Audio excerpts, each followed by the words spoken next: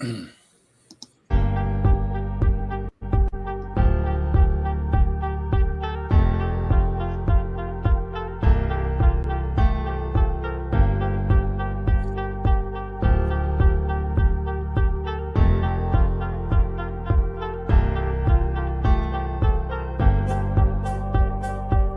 so excited you joined us on today's live stream.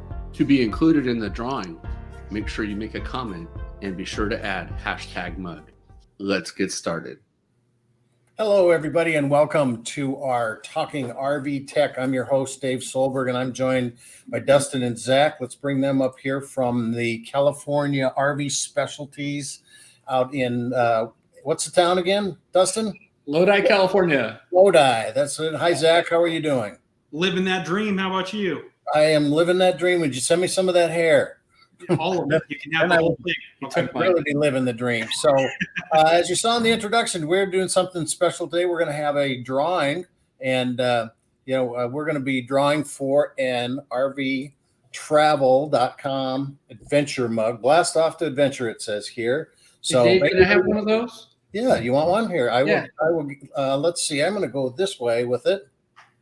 Oh, yeah, there it is. There it is. Practice that. We'll have to practice that later. That'll go a little smoother at some point, I promise you, or maybe. So anyway, we don't have any questions that have come in yet, but we've been getting a ton of questions on the Gmail accounts through the newsletter and stuff. And one of the questions that came in is, Doug Turner's back. Hey, Doug, how are you doing? I'm going to get to the comments. There we go. And he's from Indiana. Doug, what type of RV do you have? We have Dana. He said, Dave, thanks for answering my email about my city water connection, filling my freshwater tank. That's, you know what, that's interesting because we have had that question now about 5 or 6 times here in the last couple of weeks. And what we're seeing is when they're connected to city water, it's filling the freshwater tank. And Zach, what have you seen on that? It depends on the unit itself. So older units, they had separate check valves in place to stop the water from flowing over. A lot of the newer ones don't implement a check valve. It's the water pump itself is the check valve. So if it's bypassing through the diaphragm of the pump's bad, and that's going to cause you a problem. Yep. I've also seen it happen when some units have the diverter valve, where when you hook the city water fill, you put the valve to city and it puts pressurized water through everything, and then you turn it over and you can fill your freshwater tank without disconnecting, going through the gravity feed. And if that doesn't close all the way, it's going to kind of go both ways.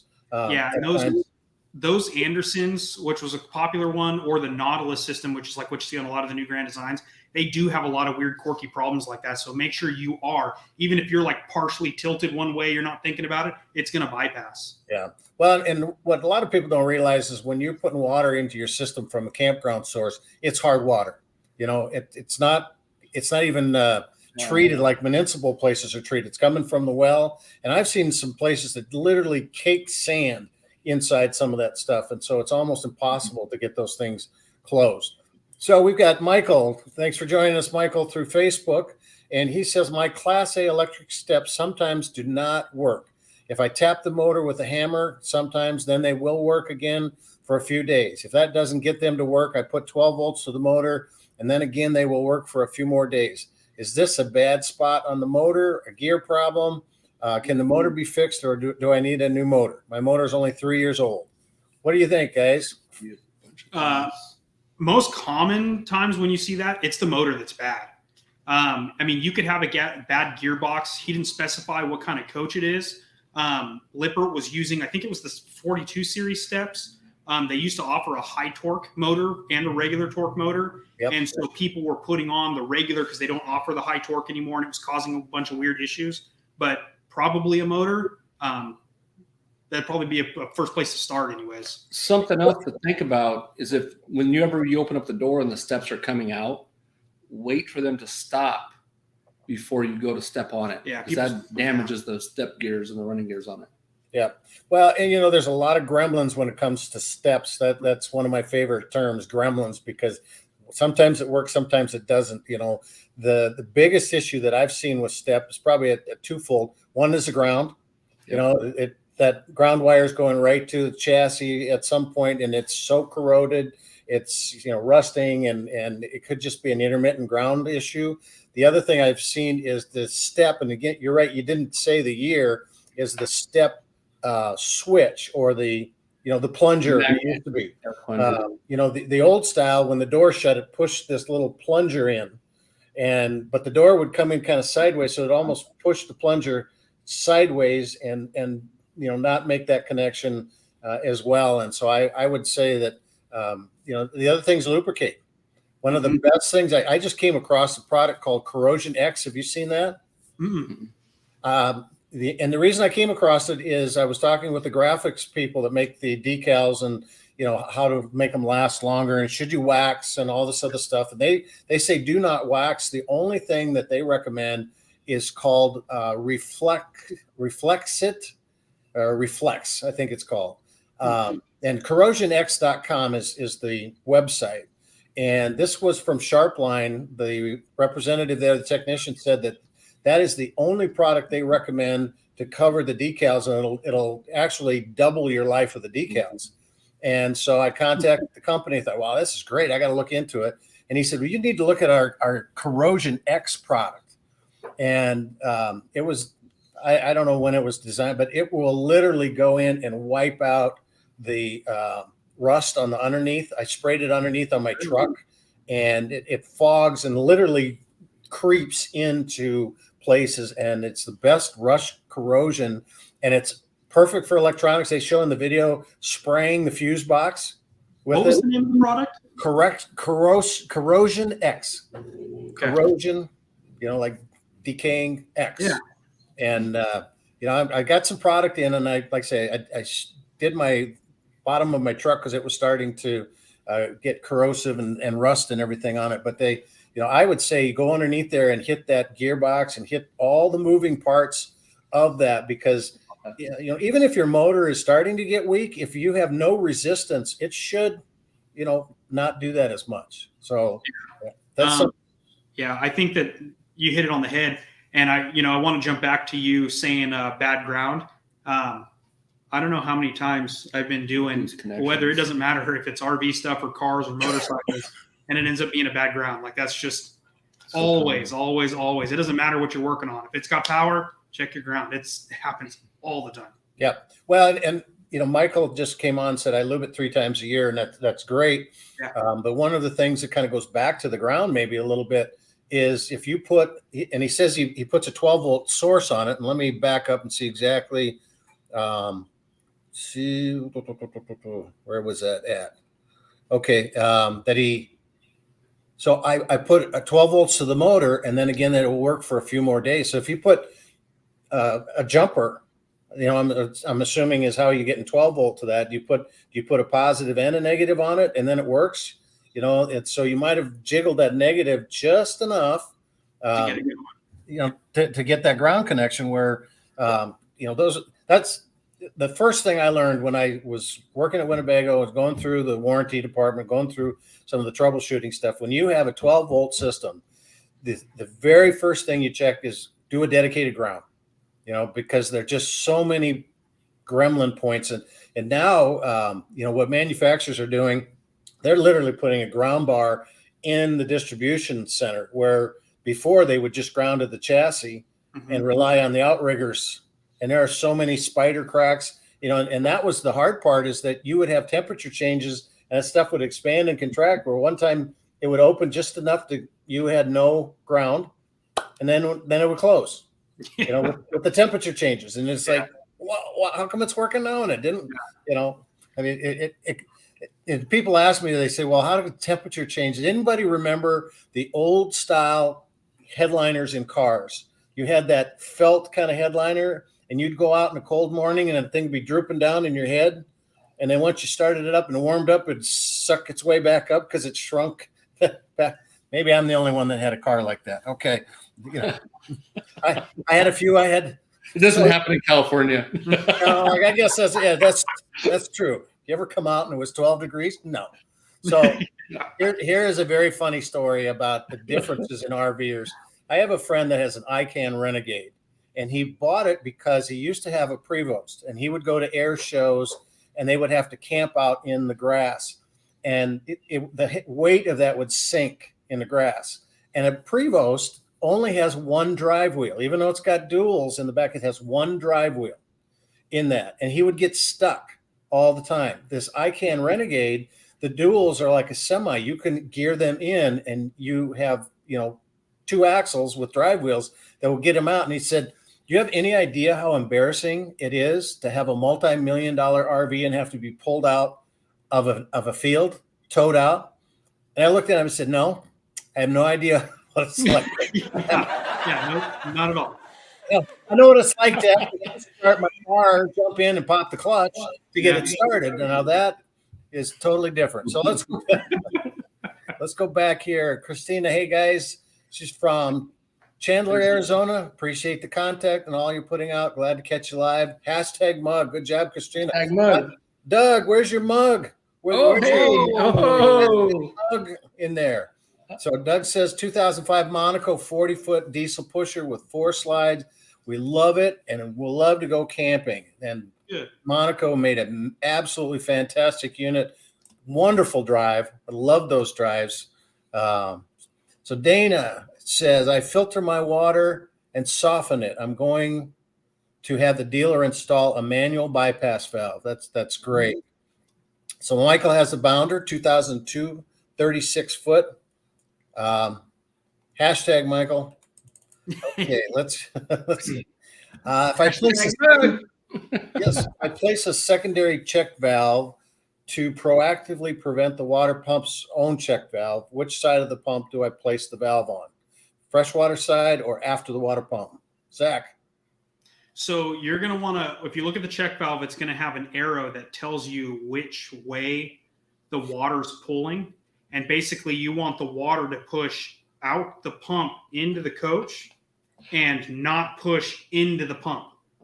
So you're going to put it on the city water side of the pump, so the outgoing side of the pump, and you're going to face that arrow so that way it's, like I said, water's pushing out one direction, but not able to come back into the pump.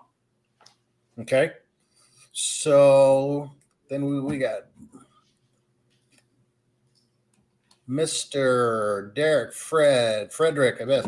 Class A, heater blows, turns on from time to time while the AC are running. Heater is not engaged, just the blower. 30 amp setup with a shed IntelliTech thermostat. Why and what is the fix? It's going to be going into circulation. Well, it depends on the unit, I guess. So a lot of the newer like Dometic Brisk Air 2s and Penguins and stuff like that, they use back in the day, it was your thermostat talk to the furnace, your thermostat talk to the AC, and they don't do that anymore. There's a separate control board in the air conditioner, and the thermostat talks to that, and then that tells everything else what to do.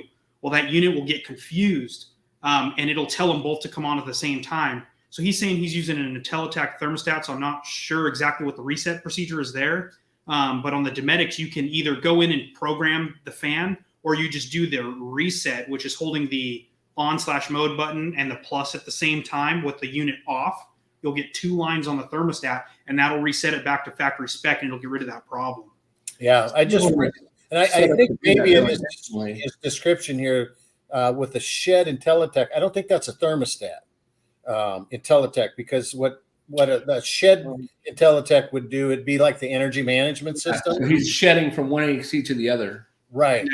And so, and I don't, most of your Class A furnace manufacturers are going to use their own proprietary thermostat. Dometic has their own, I just went through, and you're exactly right that they have now they're running the control for the furnace up into the air conditioning module board down to the furnace from the thermostat rather than out like, we were traditionally had done in the past. But I would definitely look to see about setting it back, because especially and we don't know what he has for a unit, but if he's got zones, that's now, Doug, you just put a McRib is back, but you didn't put hashtag mug. Maybe we should do hashtag McRib.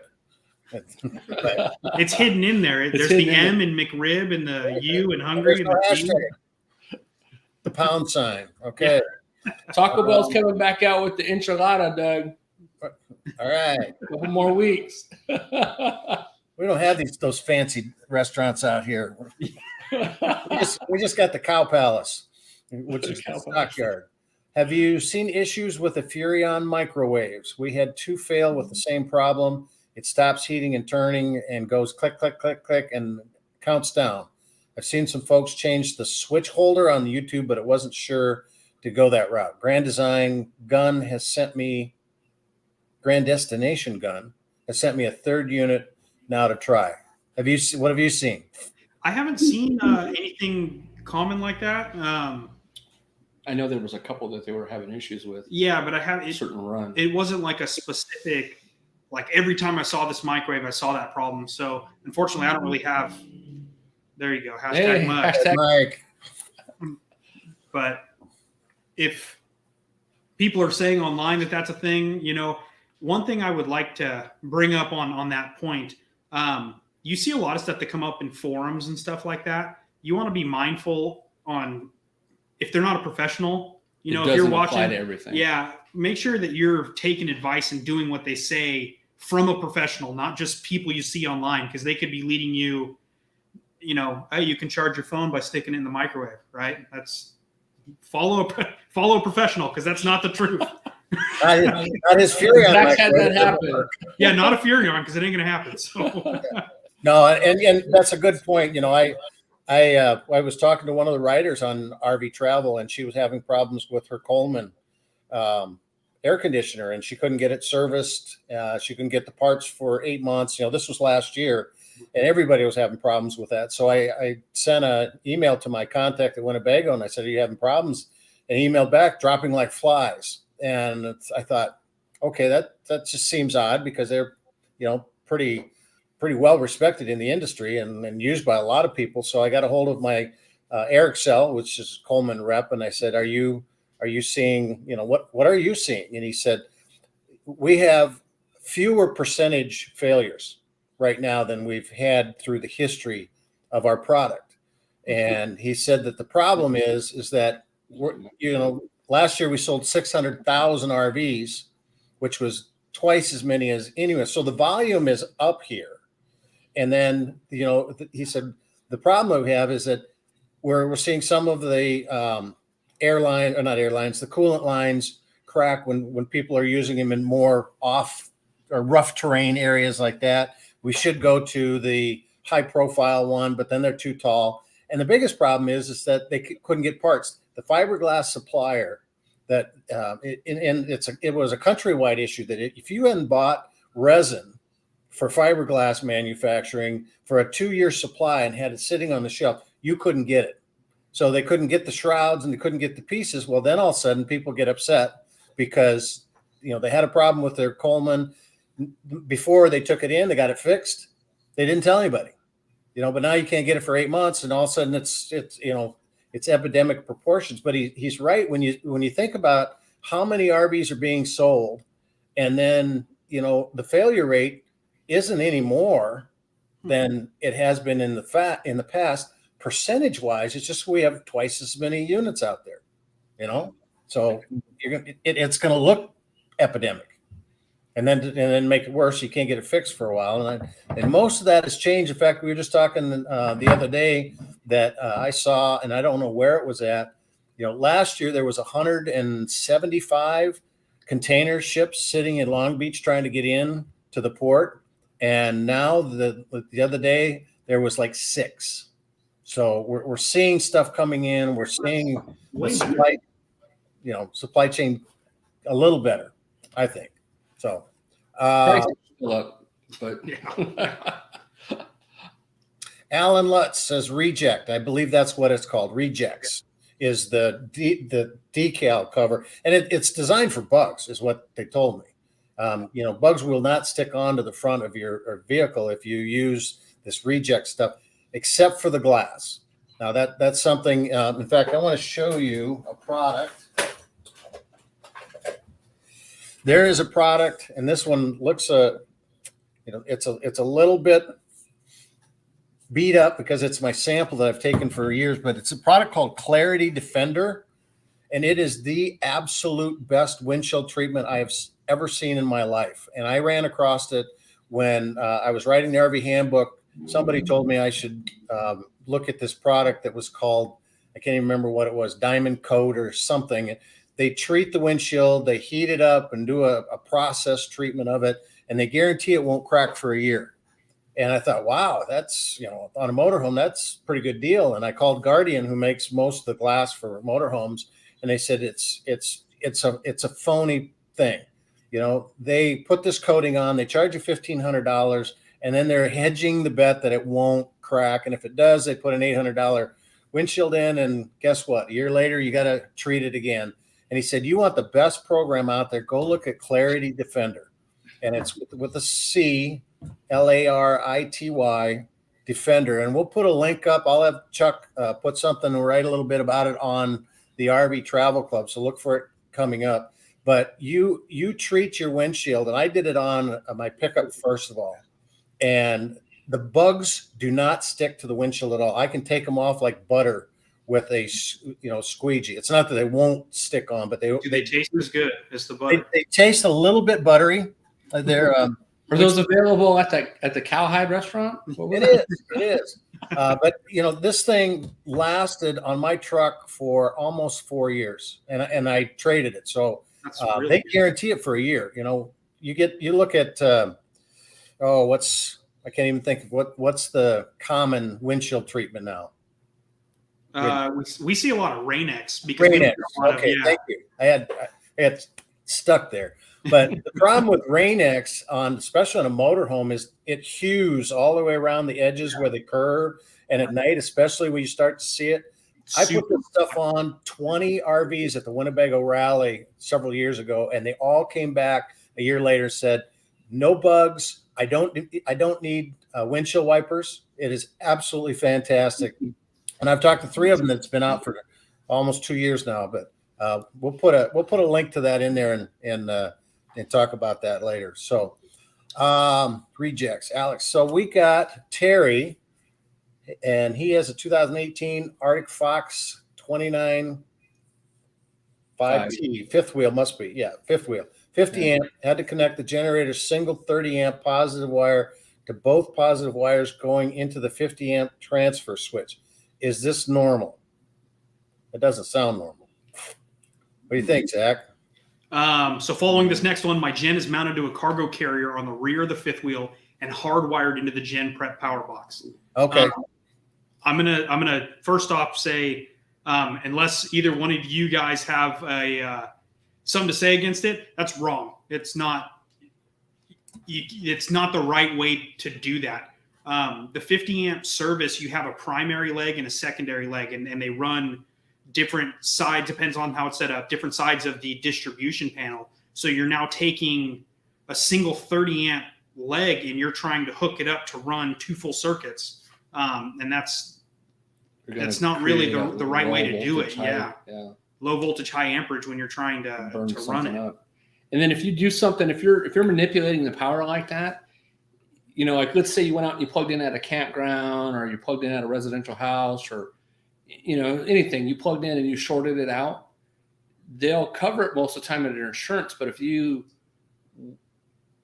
call it Okie rigged because my family's from Oklahoma and Texas, but if you Okie rigged it, the odds are the insurance company's going to say, no, that was, it wasn't an accidental damage. You modified it in a way where it caused an issue. So that avoid any extended warranties, any manufacturer warranties. Yeah. You could have taken, the cord. I know it's a pain in the butt to have to run the cord out or whatever to do it, but you could have just as easily taken the cord, ran it out with a 50 to 30 dog bone adapter, and just plugged it directly into the gen, and then you would have had your power without having to cut and modify and change and do stuff that probably the manufacturer and that generator company don't want you to be doing. Mm-hmm. Or use a cheater cord too. Most people don't know about cheater cords, 30 to 110 adapter cord that's basically going to make 45 amps. Yeah, it's the chicken head that has the 50, and then you have a 30 and a 15. Yep. So you can plug it in at get more out of it. But yep. Okay. So we have Patrick. me put that up here. It says it's from Lincoln, Nebraska. Oh, Patrick, I've been through your area many times on our way out to Colorado. Protect your wiper blades from the sun when storing your RV. Slip hot water insulation foam pads over them. So that's the, swim noodles, insulation stuff that cut those down the center and slip them over the top of it. We used to use cardboard. We take a strip of cardboard and just, bend it into a triangle and slip it up underneath. And that kept it off the glass so it wouldn't melt to the glass during the hot times of it as well. But, good point. So the next one we have is, Frederick, electronic climate control by Intelitech. Thermostat side has a slider to adjust the temp. Select switch for AC/DC. So, okay. Yeah, he's got an older. Yeah, I'm unfamiliar with that thermostat myself, so I couldn't really tell. Just the problem that the problem that you guys were throwing out there just sounded very similar to what we see now with all those newer controls. So, Yep. Okay. So we have Robin here. Thanks for the info on the stairs. We have a 2012 Damon Daybreak 36. Works on a bunch of those. And then we have Terry says his generator is mounted on the cargo trailer. We just did that one, didn't we? Yeah. Came back with that. Barbara's back. She was here last week. Hi, Barbara. How are you? Throw up the hashtag mug. Yeah, there we go. Hashtag mug, Barbara. And so Doug Turner says, is the windshield treatment very expensive? It runs $19.95. And if there is enough and what this is here, you break this by just crimping it with a pliers. And there's a glass vial in the inside of it, and it will bring the liquid to this little pad, and then it will do an entire motorhome. It will do the entire windshield and side windows of a car and truck. And the reason that I did my side windows is because ice does not form and stick to it in the wintertime. That was the first thing that I noticed. I put it on my truck, and we had one of those nights where we went to church, and I met my wife and grandkids there, and it was a night where it got cold and it started to rain first, and then it froze. That's when water gets hard in cold weather for you guys in California that you don't know that. And you go to Tahoe. This white stuff comes down. Yeah. And so anyway, I came out and it was one of those where you have an ice barrier first and then you have the snow. And I went to scrape my windshield and it just boom, came off like nothing. And everybody else is out there. So I wonder if it's like a higher expensive quality of like a Rain-X. Because we were just talking about, Rain-X kind of does that. But yeah, it does exactly what you say. The Rain-X, especially on the curved glass, when you're driving at night, you get the starburst effect super bad. Yeah. No, this stuff is a nanofilm. It was originally designed for military use. They're out of Cleveland, Ohio. I went out there. I actually flew out there, went through the factory, and then I did the application at Winnebago with a bulk tank and you had to use argon gas to pressurize the tank because it's the only thing with almost zero moisture in the gas to pressurize it. And I was hoping to get Winnebago to kind of pitch it out through the dealerships with the bulk application of it, but it was just there was a lot of issues that trying to get dealers to carry argon and all that stuff. So this was the best. But it actually works with the molecules of the glass. Rain-X is a topical, almost like a wax.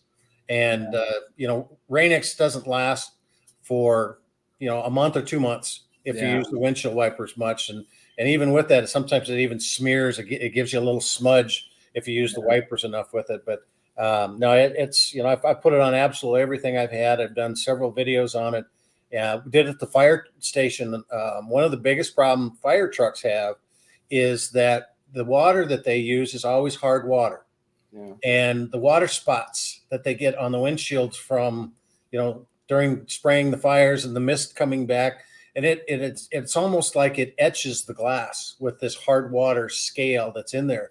And they're constantly going in and buffing all that stuff out so they can see, especially like you say, the starburst and things. And we went in and we cleaned the windshields.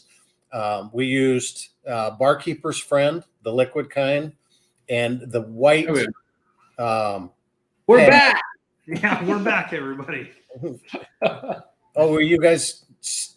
It went completely out for a second. I thought you were just quiet and you were really interested.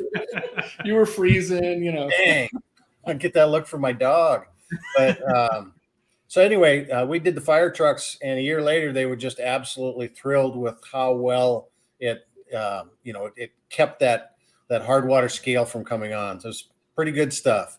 So we got a fire department next door too. I'll have to ask them and tell them what you said. See if they have a problem with that. So we got a couple things here.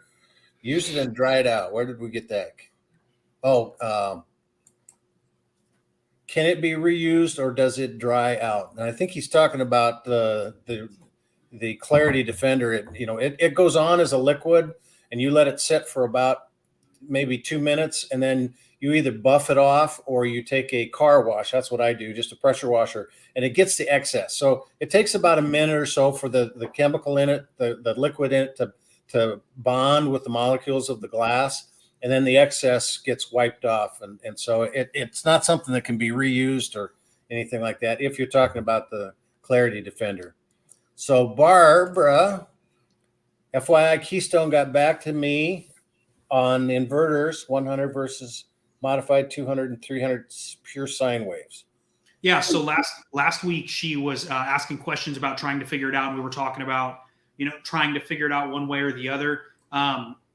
I don't remember what size that they stated she has. So I'm interested to know as well from Barbara, what size did you end up having in your unit? Like we talked about, modified is usually not used for things that have control boards and whatnot, because they just don't work well together. So I'm interested to know if that's what they stuck and what your inverter actually runs in your unit. Yeah. Okay. Probably just if it's a residential refrigerator, if it's something like that. Yeah. Yeah. And we ran into the same thing with this 2015 Thor out here. We wanted to know what was run by this got an 1800 watt inverter in it. And so we just unplugged. We put new lithium batteries in, and then we just went in with the a GFCI tester to find out which outlets. I thought it was kind of weird because it's got a residential refrigerator. It's got a big TV in the living room slide with the fireplace underneath, which I'm not a big fan of fireplaces in RVs. I think they're light shows with a blower.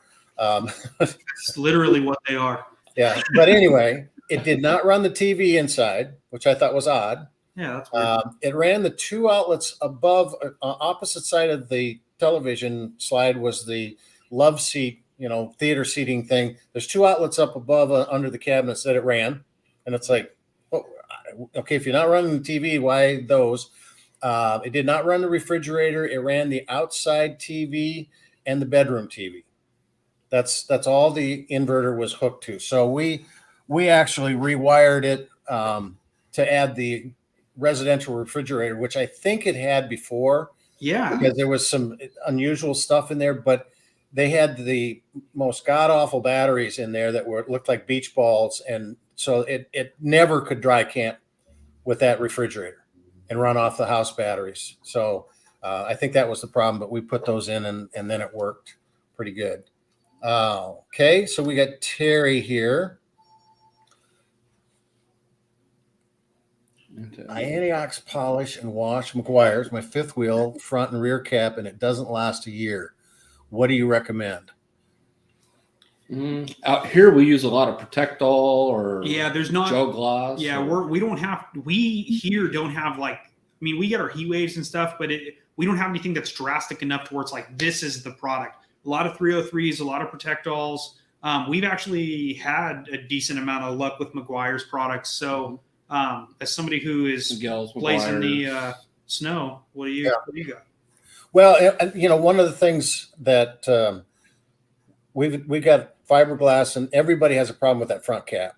That just, especially when you're exposed to the sun with that thing. And I've always told people, just get a cover. If you're going to be sitting out exposed all the time to that thing, get some kind of a cover that you can put over that. When we use the Protectol, I usually tell everybody, apply it, but then go back and add a second coat on the front cap. It helps the bugs again to come off real easy if you're pulling a travel trailer, fifth wheel, or even a motorhome. So you can always close your eyes too. If you close your eyes and you don't see it, then it's not a problem. You know? It's funny you should say that, because when I worked at Winnebago Inspection, we had a 20-foot rule. Oh, literally, it looks good from 20 feet. You could not see it from 20 feet. It was okay. That's it. Whether it was a defect in the fiberglass or whatever, you know, it was the 20-foot rule, and it's like, oh, that's fine. Check it. There it goes. Down the road. we get a lot of, well, because like this year we had a lot of new customers that purchased, you know, younger customers, and oh my God, look at this little mark right here, and we would kind of try not to laugh, because we're like, hey, you know, in a year you're going to come back, you're going to have this thing scratched up or dented up or banged up, or it's part of camping. You know, you're going to get your loved ones. You have to have your war stories, you know, and oh yeah, I want my whole coach painted because it's one little mark, and you're like, no. Yeah. Well, I got this store sitting outside here that you know, he was so concerned last year when we worked on it a little bit about the, you know, paint chip here or there, and he brought it up here just about a month ago and do some more stuff on it. And he says, well, I'm not so worried about that paint chip. I said, really? Why is that? He goes, well, look at the front quarter panel. I walked around over the other side, and here in front of the tire, that quarter panel that comes down on the side, and this is a gas pusher model, or not pusher, gas model on a Ford. And he had hit the post that gives you the marking for your campsite. There's always a post right in the front that you clip your little, I just registered, I paid, I'm in site 23. And his wife was out in the back helping him back up, and he just bang, and the whole thing is cracked, and the trim is pulled apart. And he goes, I'm not so worried about that chip anymore. Yeah, that's part of it. That's good. But one thing, Terry, you do is, and I know I've done a lot of research on the fiberglass. Crane Chemlite, you know, does most of the fiberglass stuff on the sidewalls. The roof cap you have is I'm pretty sure on that fifth wheel it's going to be, you know, the what do they call it? Either a chop gun type done in a mold where you. Yeah, it's a hard cap. It's not the soft Phylon material. Exactly. It's the hard shot in. It's either chopped or layered fiberglass mats and chopped in pieces with the resin that goes in it. And then you have a clear coat that's on that outside. And so you got a color and a clear. They recommend the McGuire's wax, but there is a certain style of it. If you go to Crane or Chemlite, Crane Composites, and go to their maintenance guide, and it will tell you the procedure. There's a buffing procedure, first of all, with, you know, kind of a polish, and then the McGuire's that they recommend that has a better, and so you might not be getting the McGuire's, I think. They want the one with Carnauba Plus. Yeah. And that has UV protection built into it. But I think if you put that on, and then like you say, once a year, twice a year, opposite of that, use that 303 protectant. Whenever you can go out, you can take a cup of water and you can throw it on the sidewall of your coach, and you don't see whether it's on the glass. You don't just see it just drop and run off. If it just kind of slowly hangs up, then you know it's time to wax it. Yep. And it's real easy to neglect these because they're so big. I mean, it's a chore to get out there and wash them. Oh yeah. Especially scrubbing the roofs, and then even applying all the treatments. You know, I mean, it's a lot of work to maintain them, but it's well worth it if you're going to do it. Yeah. You know, think about the resale value. The insides are always immaculate, and the resale value, you're protecting your investment. Yeah. So spend the money, buy the products, put them on, you know. Yeah. Okay. So Terry disagrees with me on the fireplace. I love mine. And that, you know, that's the Ford Chevy discussion, I guess, all the time. And some people like it and some people don't. And I think there was a comedian by the name of Muldeer, and I can't remember his first name, but his comment was, well, we can disagree on things because, you know, if everybody wanted the same thing, they'd all want your grandma. You know what it is, Dave? It's the romance factor at your age. Yeah. I love fireplaces when they're real. I just see these in an RV, you know, like this, and it's like, yeah. Some people love them, some people don't. Sometimes if the coach is small enough, they do put out enough heat, but a lot of times they're in a larger fifth wheel or something like that, and they don't really put out that much. So I said to get you back for last week about the hair. Oh, that's all right. That's all right. Yeah. No, you know, everybody likes different stuff, and it brings up a good point on you know, what we've had in discussions within RV travel is what is RVing? You know, I mean, it's gotten to the point where you've got these huge things with 5 TVs, and Chuck made a comment. 6 slide outs. Yeah. I'm wow. You know, so, you know, I guess I have a different form of RVing. That's what I do. So anyway, let's go see what Joyce has to say. Oops, refrigerator. We missed Barbara's other comment. No, I'm going to back up one more here. Terry did it. Somebody from LA too that said hi. Does it dry out in the applicator? You've got about 15 minutes before it will dry out in the applicator, because it doesn't just gush out of that thing. It just kind of keeps saturating it. And it's just like a sponge type of an applicator in it. So it does not dry out. But the reason you got about 15 minutes is the moisture in the air is going to start to react with that chemical. That's the thing that starts to, you know, weaken it. So you got to get it on, get it polished off. So here is Barbara again. Refrigerator and 2 outlets, standard with a 200 watt. Refrigerator. Yeah. Yep. Refrigerator and 2 outlets. So, okay. I wonder if she has a Furrion. No, it's going to be a residential. It's probably full residential. Yeah. Yep, I would imagine so. Comment on that. We got that one. So here is Joyce. She had the same disappointment policy and waxing with the Guires and tried Polyglow. I've got that one. Then #mug. Yep, #mug. All right. What's your opinion about 2023 Lippert portable ladders? So I have not. Yeah, I haven't used it in person yet. Okay. I have not used the Lippert one. I do not remember the make of it, but I did get a chance to use one of the telescoping ladders at the Grand National Rally this year at Winnebago. I swapped out a Traveler, the dish, satellite dish on the top. He had a DirecTV LNB and reflector, and we put a dish LNB and reflector on his Traveler, Winegard Traveler. And he had no ladder on the back. So it was a Meridian diesel pusher.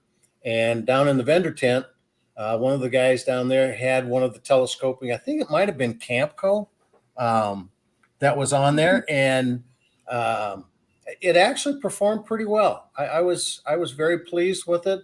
It had a 250-pound weight limit, so I was pushing that. I wasn't over, but the only thing I didn't like about it was this Meridian was really tall, and so the ladder flexing. It was flexing, and it didn't get up over to the top. And when I get up on top of an RV, I kind of like to get it up and have something to get up over the top away. So Chuck says the mug giveaway is coming soon. Again, get your hashtags in and see what that works. So Barbara's then says telescoping. Yep, the telescoping stores in the back of the RV and has a stand to put the legs into. So I'd like to say I really liked that telescoping ladder in how compact it was, how fairly sturdy it was, for completely extending out the entire length of it and going up on the top of it. So while we're talking too about ladders, winter is coming in our area, and I'm sure it's already there in a lot of other states where everybody's watching. Be real careful on the ladders. Double check all your mounts, your stands, your steps. Make sure nothing's loose or coming loose, because we don't want you to get hurt. If all possible, take an A-frame ladder and put it up against it. If you don't have a ladder on your RV, again, be real careful with a ladder. Even those expandable telescoping ladders, those kind of worry me myself. But just you're getting up there, and like you said, it's not up high enough where you're having something you can grab onto. Yeah, and you got to be careful once you're on the roof too. That is something that I have personally slid off a roof and fell to the ground, and I was much younger and I bounced a lot better back then. Yeah, I've broke about 50 ladders. Yeah. Over the years, just because the screws, most of the time they'll have one screw in the feet. So if you start to feel that they're walking, be real careful because the screws will rust internally and you won't be able to see it. We actually have a video on ladder safety out for that. So if you haven't checked that out, okay, click on our YouTube and check out the ladder safety. We'll talk about the stanchions that are on the ladders that mount to the walls and stuff and how to tighten them. Yep. So Michael says, I don't have a hashtag tag.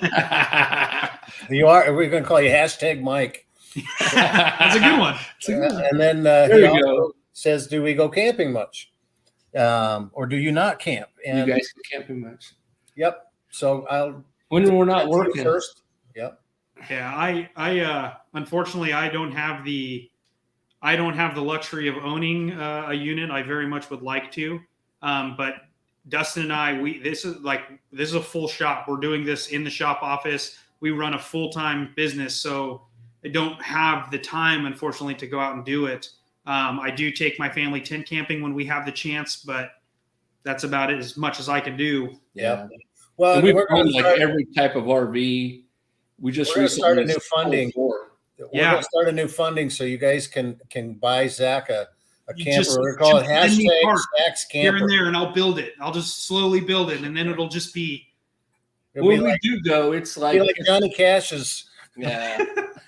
Zach's going to build it one piece at a time. Yes. So when we do go camping, it's like he's saying, it's like a weekend. It's like we left work half a day early on Friday, or maybe Thursday night. We've already got it set up and ready to go so that we leave it up there, come to work, go take off and go, and then come back by Sunday. Because we're usually here anywhere 50 to 60 hours a week, and then not counting what we're doing, on media and stuff like that. So how about you?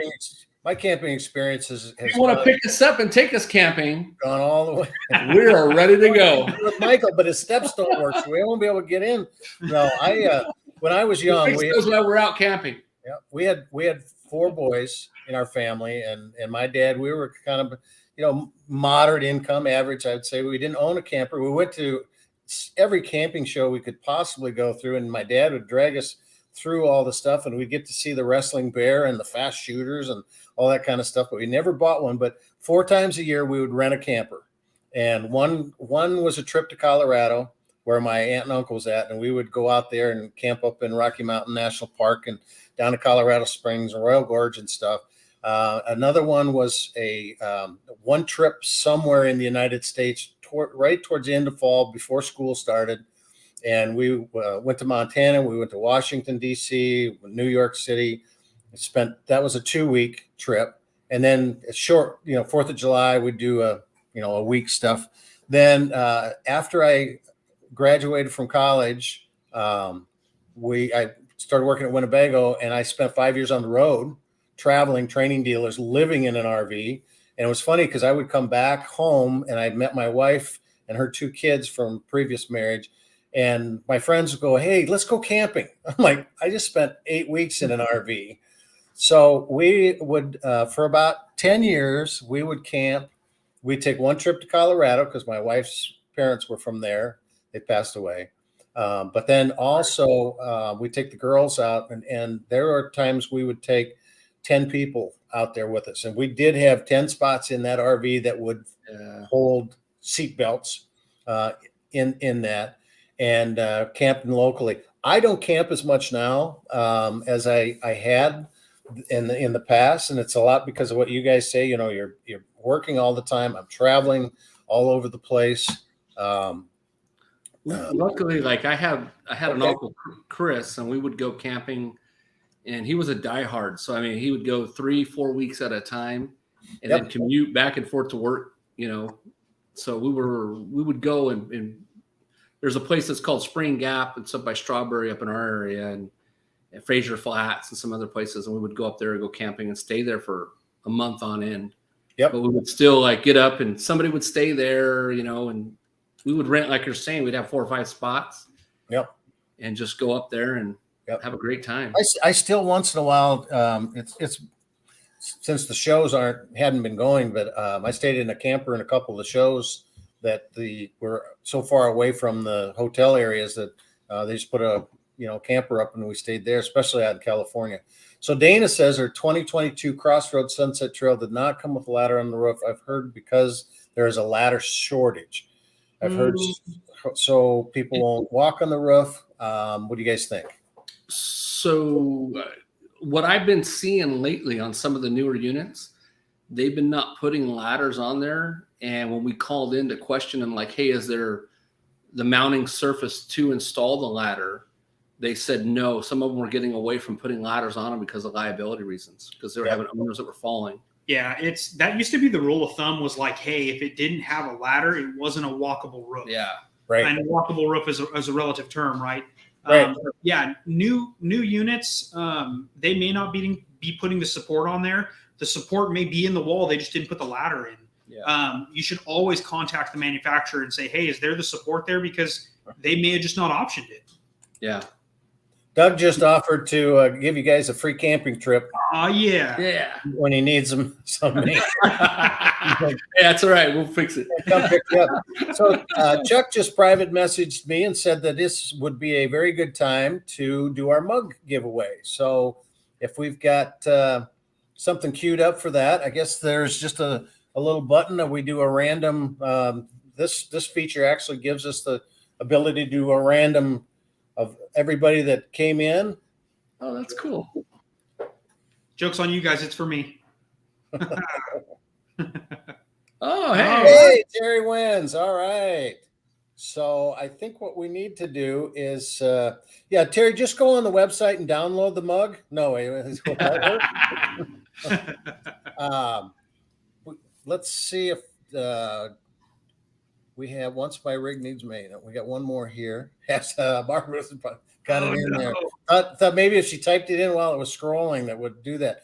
So if Terry would email Chuck at this email address here, and I believe he just needs to give him your mailing information, contact information, so that we can get that out there, and then you'll get a mug. And so every week, make sure you join us.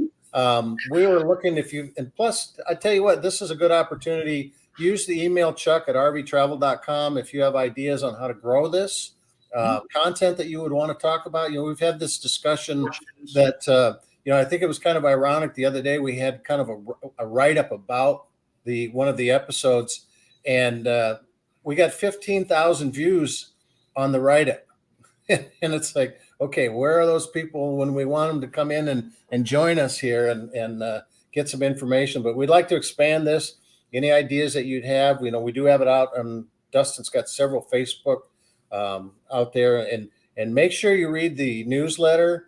Make sure if you got, and Chuck is doing Saturday mornings at 10 o'clock. Congratulations, Terry. He is doing his own, we call it a rant, because he's getting senile in the RV industry. Just babbling. Just babbling. Poor Emily. Poor Emily. Over and over and over again. But anyway, where are we at? We got one more here. Oh, and Michael, thank you for your time. It's a pleasure doing this. I get such a kick out of getting the questions and being able to help something. People do stuff because I see there's so many things that are just not familiar with what we do on a day-to-day basis in our house.